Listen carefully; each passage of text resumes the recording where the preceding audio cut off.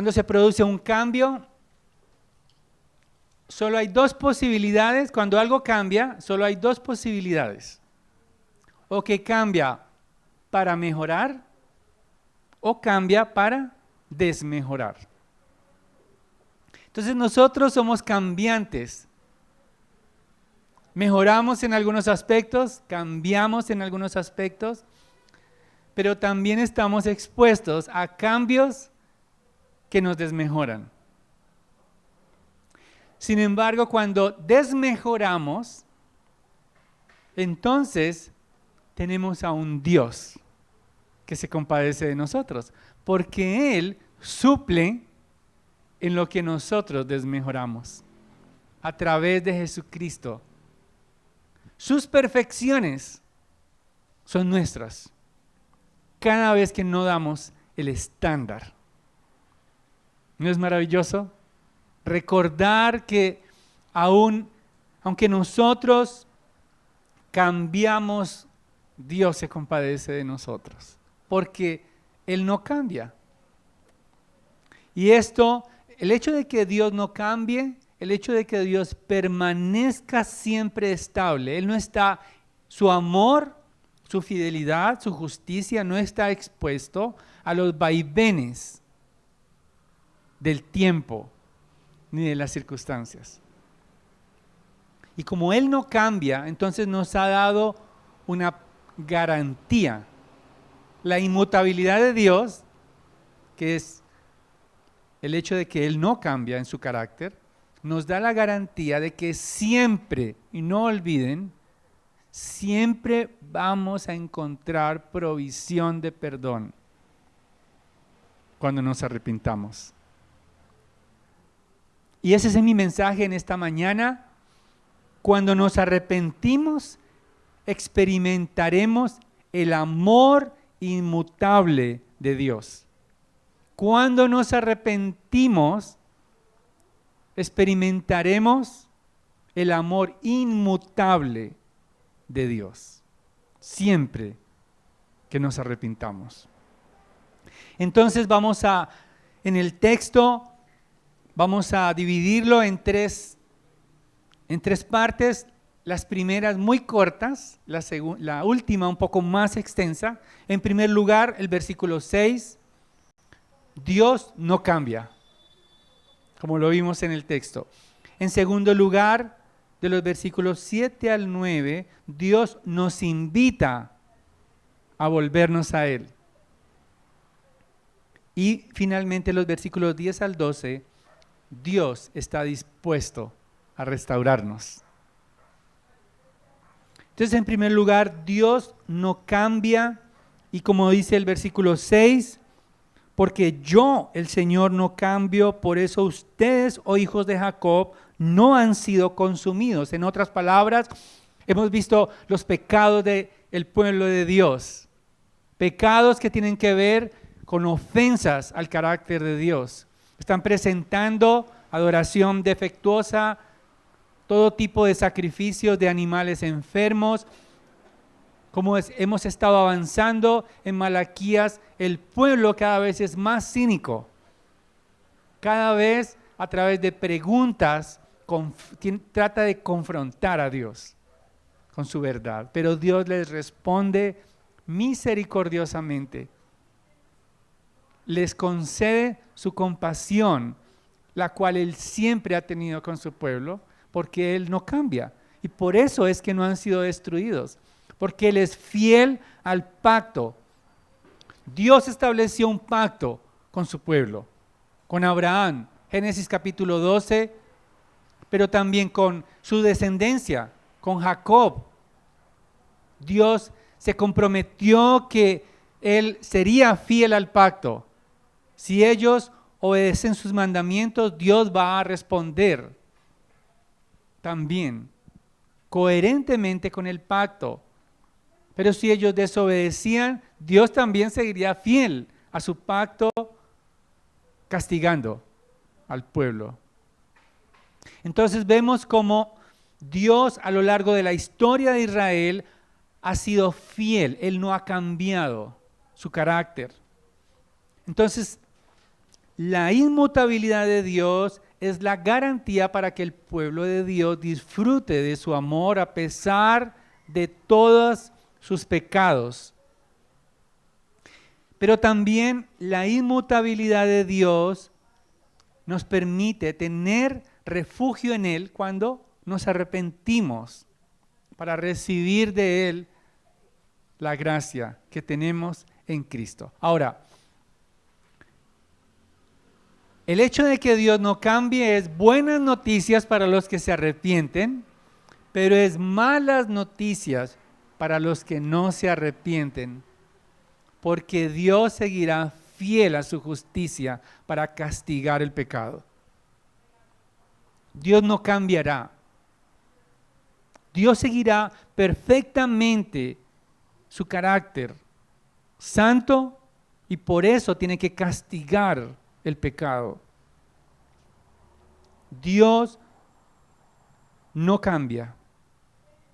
Y el amor de Dios, la suficiencia de su fidelidad no depende de nosotros. Y es algo en lo cual tenemos que descansar como iglesia.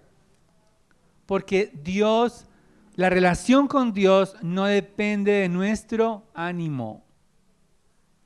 No depende de nuestra suficiencia, sino que está sostenido en el amor de Dios que no cambia. A veces nos sentimos incapaces de presentarnos a Dios. ¿Les ha pasado alguna vez? Se sienten débiles, nos sentimos débiles, nos sentimos indignos, sentimos que ha sido una semana difícil. Creemos que nuestras emociones determinan la relación con Dios. O cuando estamos agobiados, cuando estamos cansados, cuando pensamos que Dios no nos va a atender, Él no cambia. Siempre estará dispuesto a escuchar a su pueblo cuando nos presentamos por medio de Jesucristo. Sin importar nuestra condición, Dios no cambia. Pero en segundo lugar, Dios nos invita a volvernos a Él. Dios está dispuesto a perdonar a su pueblo a pesar de la deslealtad del pueblo de Dios. Hay una invitación de Dios en el versículo 7. Él dice justamente, vuelvan a mí y yo volveré a ustedes. Ustedes se han apartado de mis estatutos, ustedes no han sido fieles al pacto, pero Él, Dios misericordiosamente, compasivamente, pide a su pueblo, vuelvan a mí, vuélvanse, y esta expresión en el idioma original está en el imperativo. Es decir, Dios está mandando, ordenando a su pueblo que se arrepienta. El arrepentimiento es un mandato para todo el pueblo de Dios. No hay opciones para el arrepentimiento, porque cuando no hay arrepentimiento y hay persistencia en el pecado, entonces debemos tratar a esta persona como un incrédulo. Dice Mateo 18. O sea, el arrepentimiento es fundamental para reconocer a los verdaderos creyentes. Y como lo vamos a ver, el arrepentimiento no es simplemente sentirme triste. Hace parte del proceso de arrepentimiento, pero también se refleja en acciones concretas. El arrepentimiento es visible a todos y a Dios. Entonces, el Señor está ordenando a su pueblo que se arrepienta, pero el pueblo de Dios responde, ¿cómo hemos de volver? En realidad no es una pregunta, porque el pueblo de Dios sabía cómo volver a Dios. ¿Qué debían hacer? obedecer a Dios. ¿Qué debían hacer si los sacrificios eran defectuosos, si los sacrificios eran las obras de ellos?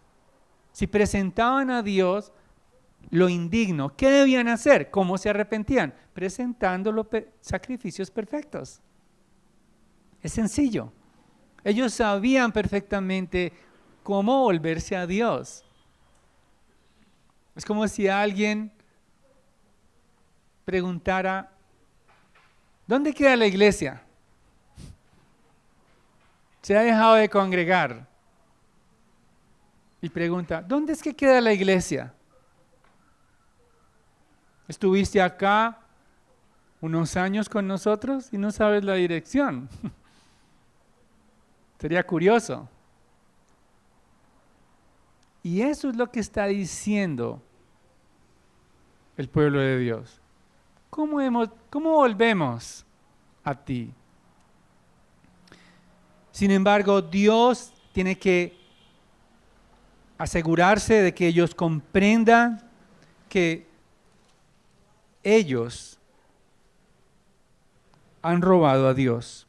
Versículo 8, ¿robará el hombre a Dios? Pues ustedes me están robando. Pero dicen, ¿en qué te hemos robado? En los diezmos y ofrendas.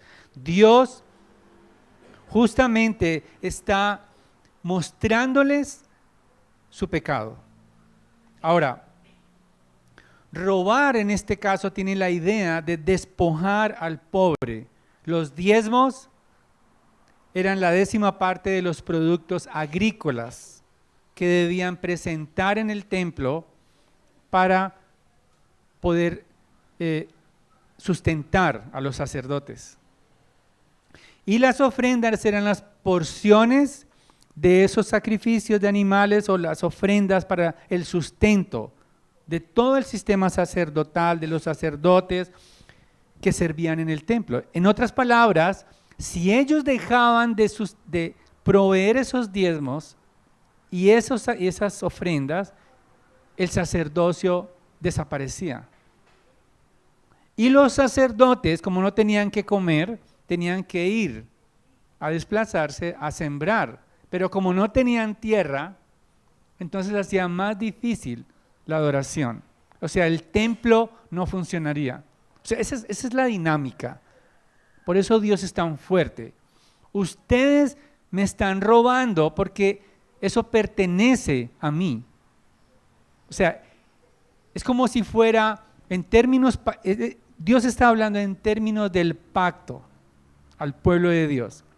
Ustedes me deben a mí lo que yo establecí. Es como los impuestos. ¿Alguna vez han dejado de pagar sus impuestos? A veces lo olvidamos, a veces se nos olvida. Pero si no se pagan los impuestos, entonces va a haber consecuencias. Sin embargo, deberle a Dios va a tener unas consecuencias peores para su pueblo. Él aclara en los versículo 9, con maldición están malditos porque ustedes, la nación entera, me están robando. Las consecuencias de robar a Dios, en este sentido de despojar a los sacerdotes, tenía consecuencias que ellos ya estaban padeciendo, porque esas consecuencias tienen que ver con toda la nación. Toda la nación iba a sufrir, parece que ninguno de ellos era fiel, todos han robado a Dios, y por eso, por despojar continuamente a los levitas de lo que les pertenecía, Dios estaba maldiciendo la nación. Como lo vamos a ver más adelante, tiene que ver con que el pueblo estaba padeciendo necesidades. Ellos dependían de la tierra, ellos dependían de la agricultura. O sea, la tierra de Israel está controlada por Dios en cuanto a las lluvias, los ríos, la productividad. Y si Dios maldecía, es como si Dios dijera, toda mi bendición de la tierra voy a cerrarla, voy a cerrar los cielos y ustedes van a padecer porque me deben lo que me pertenece.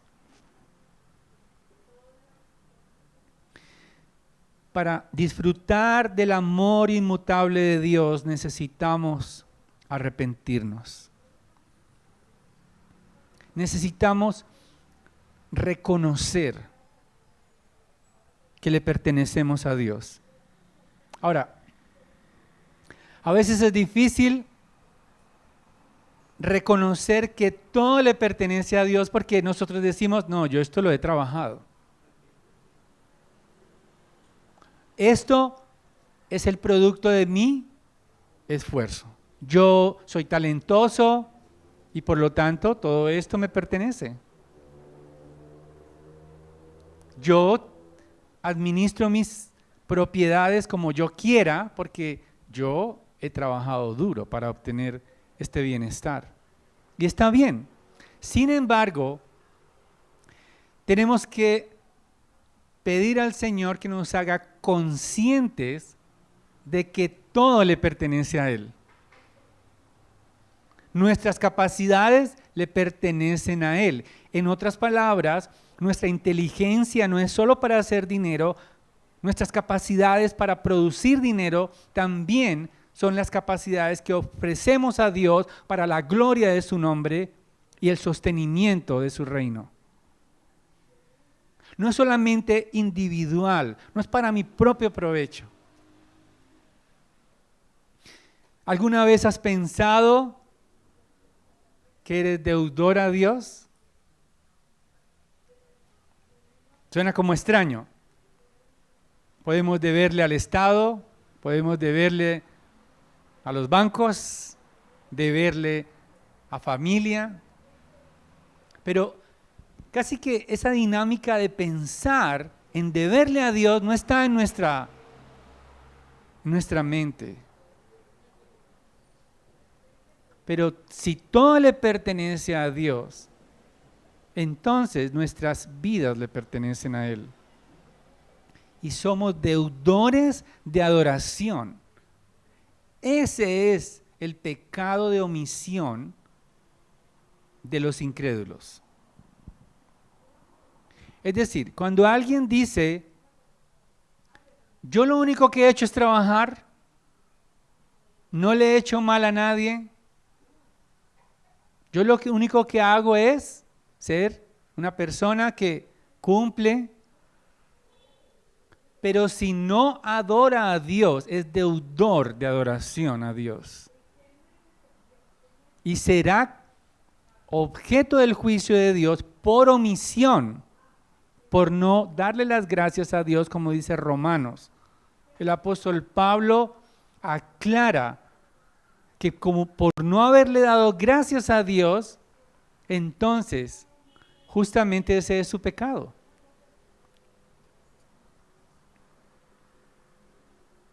Siempre que nos volvamos a Dios en arrepentimiento, encontraremos provisión de perdón, pero necesitamos ser conscientes de nuestro pecado, conscientes de que todo lo que somos le pertenece a Dios, que toda nuestra vida, nuestro tiempo, le pertenece a Él y todo para su gloria. Pero eso nos lleva al último punto. No solamente Dios es inmutable, no solamente Dios nos invita a volvernos a Él en arrepentimiento, sino que Dios está dispuesto a restaurarnos. A partir del versículo 10, Dios muestra cómo es que ellos deben actuar para poder ser restaurados. Dice, traigan todo el diezmo al alfolí para que haya alimento en mi casa y pónganme ahora a prueba, dice el Señor. Dios está, creo que un pasaje de los pocos pasajes donde Dios dice, pónganme a prueba. Y está ofreciendo restauración al pueblo. Ellos se están preguntando, ¿cómo lo hacemos? Dios les recuerda a través del profeta, entonces traigan lo que me deben, traigan el diezmo. Y el alfolí justamente era para eso. Cuando hablamos de alfolí, nos viene a nuestra mente de pronto una bolsa donde se recogen las ofrendas, pero en realidad alfolí era un granero, un depósito, como una bodega que quedaba al lado del templo, donde se almacenaban los diezmos, es decir, todos los frutos que se presentaban a Dios. La 10ª parte.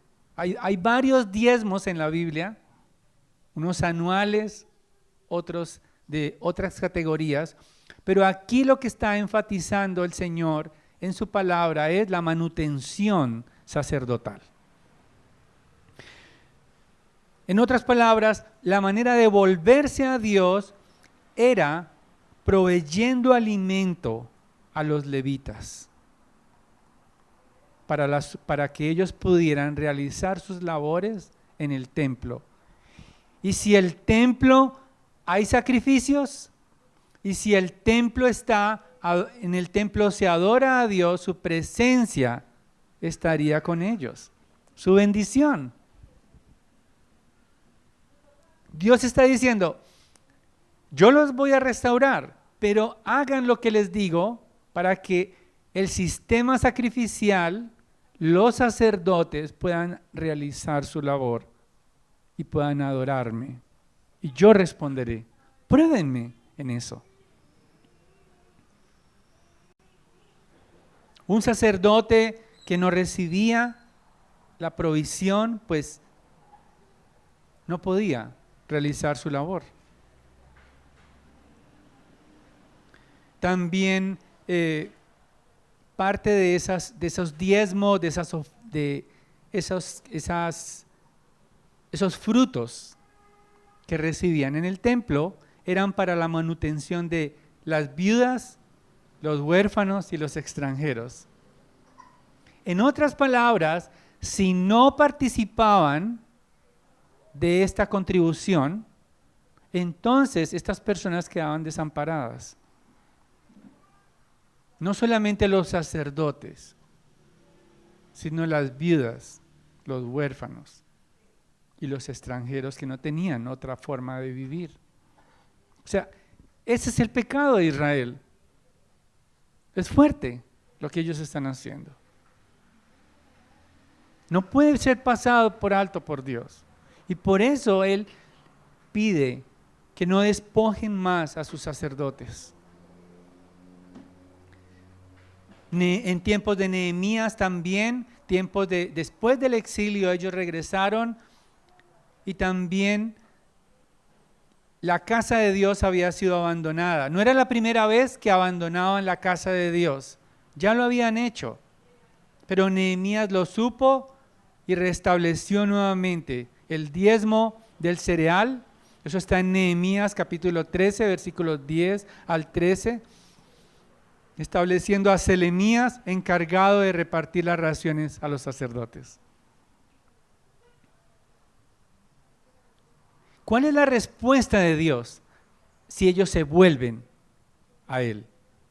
Si vuelven a ofrendar, si vuelven nuevamente a diezmar en ese contexto, pues Dios abriría las ventanas de los cielos. Dice el versículo 10, pónganme ahora a prueba en esto, dice el Señor de los ejércitos, si no les abro las ventanas de los cielos y derramo para ustedes bendición hasta que sobre y abunde.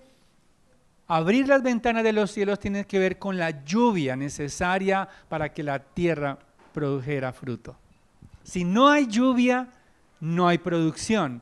Si no hay producción, no hay alimento. Y si no hay alimento, hay hambre y hay dolor y escasez.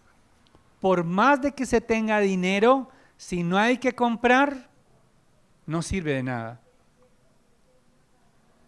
Si hay Si se vive en la nieve, en el invierno, y no hay con qué comprar con dinero, el dinero va a servir para hacer fogatas, para calentarse. Porque la productividad depende de Dios. Dios es el que produce todo lo que recibimos. El alimento es de Él. Él nos beneficia con todo lo que recibimos. No solamente Dios está comprometiéndose en restaurar por medio de la lluvia, sino que también el versículo 11 nos dice que Él, por ustedes reprenderé al devorador para que no los destruya los frutos del suelo. Esto tiene que ver con enjambres de langostas. O sea, Dios iba a detener las langostas para que no comieran su comida. Eso es reprender al devorador, para que no se devastaran los campos. En otras palabras, Dios se restaura por medio no solamente de la lluvia, de la provisión, sino también de la protección de lo que tenían. Pero además, esa restauración incluye gozo. Versículo 11, la última parte. Ni su vid en el campo sea estéril. La vid es el fruto de la uva. Y cada vez que en la palabra de Dios escuchamos del vino, de la vid está relacionada con el vino, y el vino está relacionado con alegría, con gozo. Para que una planta de vino de fruto necesita tiempo, años, para esas cosechas. Cuando ellos recibían esas cosechas, se alegraban tanto porque venía el vino que traía alegría. En otras palabras, la restauración de Dios, no solamente la provisión, la protección, sino el gozo de poder disfrutar de eso. Hay personas que quizás tienen, pero no pueden disfrutar. Entonces, Dios se compromete con restaurar a su pueblo totalmente. Y hay algo más. Versículo 12. Y todas las naciones los llamarán a ustedes bienaventurados porque serán una tierra de delicias. Todos se darían cuenta que el favor de Dios está sobre ellos. Todos serían testigos por medio de la suficiencia de sus vidas, cubiertas sus necesidades, gozo para poder celebrar. Todo eso es lo que Dios prometió a su pueblo en esa restauración. Ahora, ¿cómo se ve, cómo luce esto en el Nuevo Testamento? Porque podemos llegar a pensar, no, Dios me debe muchas cosas. No. Este era el pacto, el antiguo pacto. ¿Cómo luce ahora esto que Malaquías está escribiendo, pero en el Nuevo Testamento? Segunda de Corintios capítulo 8, versículos 7 y 9 dice, pero así como ustedes abundan en todo, en fe, en palabra, en conocimiento, en toda solicitud y en el amor que hemos inspirado en ustedes, vean que también abunden en esta obra de gracia. Está obrando de suplir las necesidades de los necesitados. Porque conocen la gracia de nuestro Señor Jesucristo, que siendo rico, sin embargo, por amor a ustedes, se hizo pobre para que por medio de su pobreza ustedes llegaran a ser ricos. Dice R.C. Sproul, el amor debería llevarnos a una mayor generosidad de lo que la ley jamás hubiera podido. Ellos estaban motivados por la ley para dar. Pero dice R.C. Sproul que cuando el apóstol Pablo se refiere al amor para dar, debería inspirar a mayor generosidad.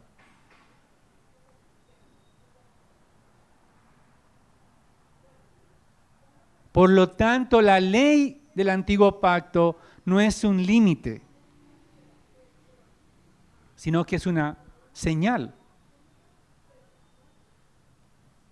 Porque el amor por el pueblo de Dios, el amor es el que debe motivarnos a dar, no la ley. En 1 Corintios dice el apóstol Pablo, capítulo 16, versículos 1 y 2. Ahora bien, en cuanto a la ofrenda para los santos, hagan ustedes también como instruí a las iglesias de Galacia, que el primer día de la semana, cada uno de ustedes aparte y guarde según haya prosperado, para que cuando yo vaya, no se recojan entonces ofrendas. La generosidad del pueblo del nuevo pacto está unida al amor y a la proporcionalidad. Según haya prosperado, asimismo es su ofrenda.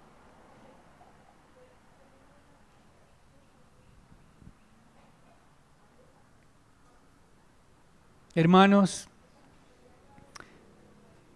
la forma en que administramos nuestro dinero reflejará si Dios es una prioridad en nuestros corazones. Sé que algunos fuimos manipulados en las falsas enseñanzas. Nos prometieron que si dábamos íbamos a reclamar el triple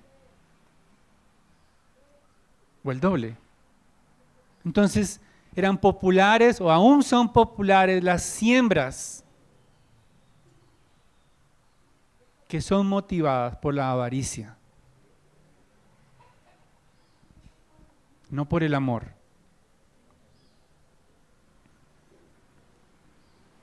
Donde esté nuestro tesoro, estará nuestro corazón.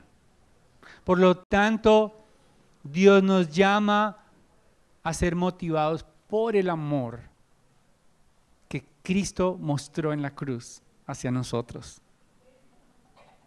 Cuando la iglesia, es decir, el pueblo del nuevo pacto se vuelve al Señor en arrepentimiento, la restauración será evidente a todos. Todos verán esa restauración. Un corazón gozoso, un corazón generoso, un corazón que glorifica a Dios. Será evidente la mano de Dios. Volvernos a Dios se traducirá en que no habrá necesidades en la iglesia y cada necesidad será cubierta por Él. Cuando nos volvemos a Dios, entonces llegará el momento en que tendremos que decir, hermanos, ya no más. Por favor, es suficiente.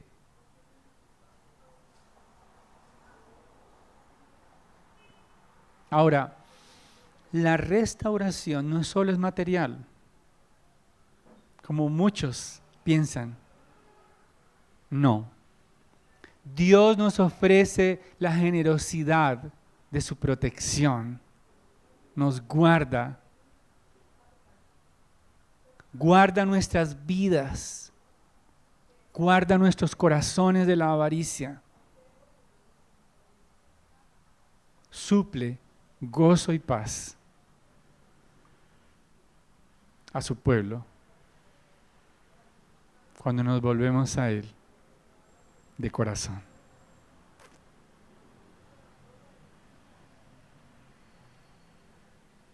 Hermanos, la inmutabilidad del amor de Dios hizo que a pesar de que el pecado entrara al mundo, Dios no borrara al mundo, ni lo destruyera, sino que prometió un hijo de mujer que pisaría la cabeza de la serpiente. Y siendo fiel a su inmutabilidad, que no cambia, envió a su Hijo Jesucristo en el tiempo correcto para pagar el precio y para pisar la muerte, la cabeza de la serpiente y todas sus consecuencias y darnos vida eterna que disfrutamos hoy. Y eso nos lleva a celebrar la Santa Cena.